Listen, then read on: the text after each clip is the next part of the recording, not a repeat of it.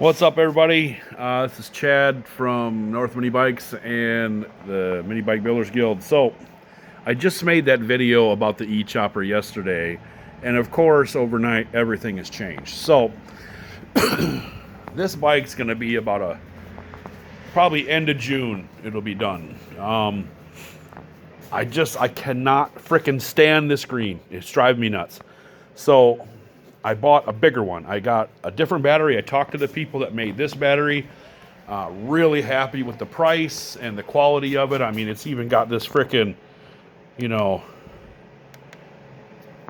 check thing. But these cables, I don't even know why they gave you like these little 10 gauge or whatever they are cables.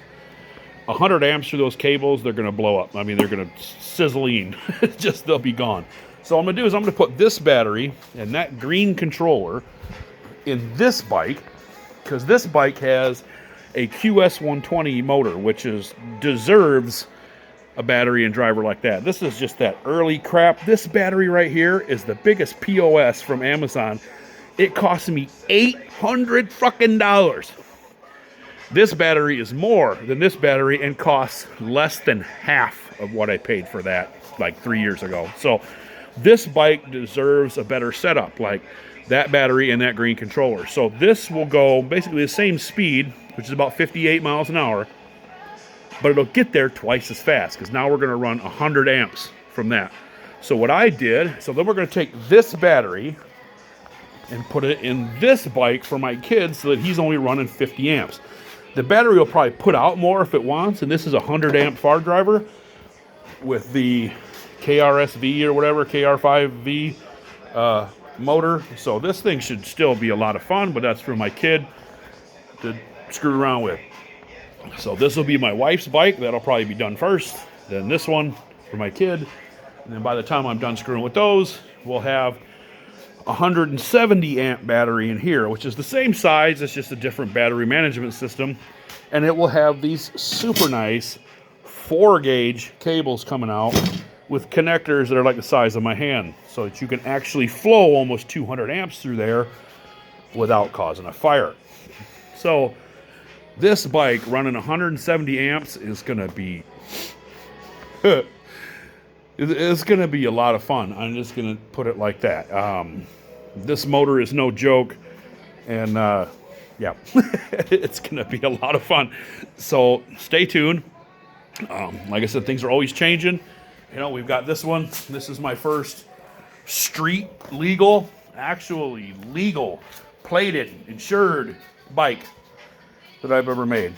Real happy with this one. Just recently switched from 37-pound springs that I guess you needed to cut pockets and all that stuff for, and I don't even know how a rocker would work because the thing is recessed into the keeper about a ½ an inch. So I got rid of that crap, put 26s in, and then regular instead of 1-to-3 rockers. I just got regular ratios, and yes, you can tell the difference big time. The grunt isn't even near what it was, and the top end isn't near what it was. But I'll switch this to a green spring, and we'll get that top end back. So it's still a really fun bike, but now it's just way more reliable. That thing I got from Studs was Amazon Champion rockers. I can't even believe they sell that crap, but anyways, yeah, so this will give me a little more time to figure out what I'm going to do with the colors, but likely I'm thinking it's probably just going to be black, maybe with some fancy ghost graphics or something like that in there.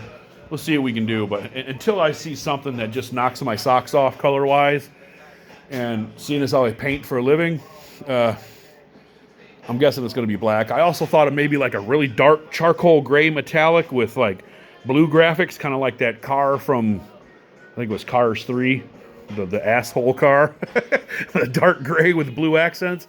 I thought that would look cool, but the thing is, I have red accents.